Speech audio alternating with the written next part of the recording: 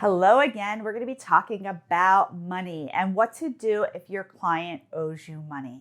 So this happens even if you get a credit card on file. Every time in Facebook groups, it kind of drives me a little batty because I'm like, yes, most people get credit cards on file, but guess what? Sometimes credit cards get declined. Everybody's like, make sure you require a credit card. Make sure you require a credit card. I'm like, yes, I think like most therapists nowadays require credit cards on file.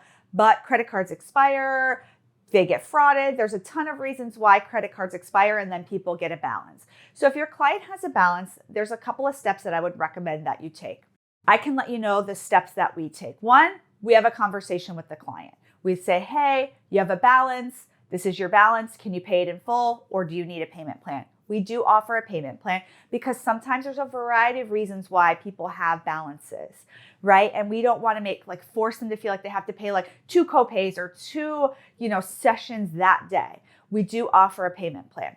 If they don't come back for sessions for whatever reasons, we do pick up the phone, we call them, we try to get in touch with them, and we let them know verbally they have a balance. We'll leave a message and ask them to call back our billing department.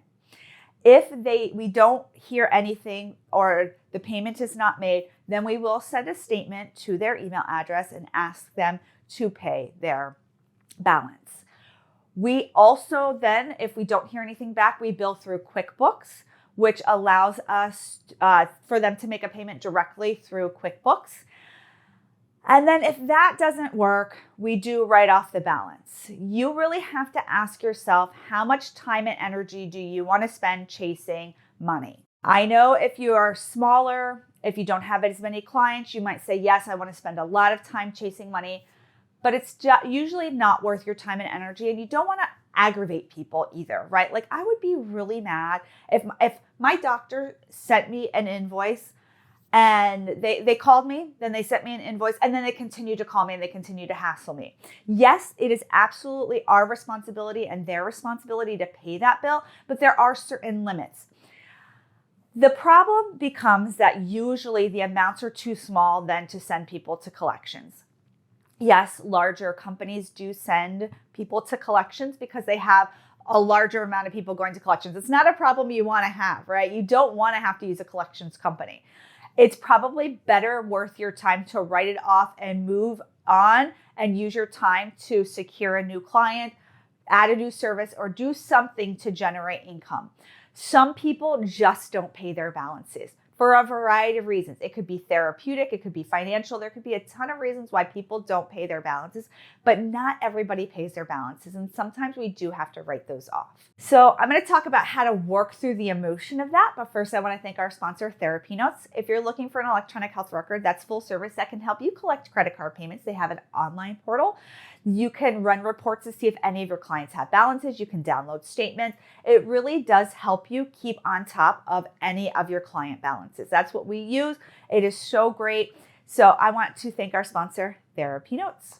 So going back to sometimes we have to let go. We can't do power struggle with our clients. We can't hound people. And sometimes we do have to write off $150, $200, $500. It hurts. I've done it before. It's not fun. But when we have done our 3 steps, we've verbally talked to people, we've called them. We actually have 4 steps. We email them and then we bill them through QuickBooks. If they still don't respond to that, and QuickBooks does send reminders every month. So it's not like it's like one and done. They do send reminders. If that is what we have done and they don't pay, they're not going to pay. We're not going to hound them. We're going to cut our losses and we're going to shift our energy. So you have to be okay with that. You have to know that sometimes you're going to lose a little bit of money. It's just a part of doing business and it is okay. We have all been there. Whether you're private pay insurance, you take credit cards, whatever the circumstances are for you, you will have to probably, write off some. You can't count that in your taxes because it's not income that you had. So yes, you have to work through that and it is going to be okay. I hope this was helpful and I'll see you soon, everybody. Bye.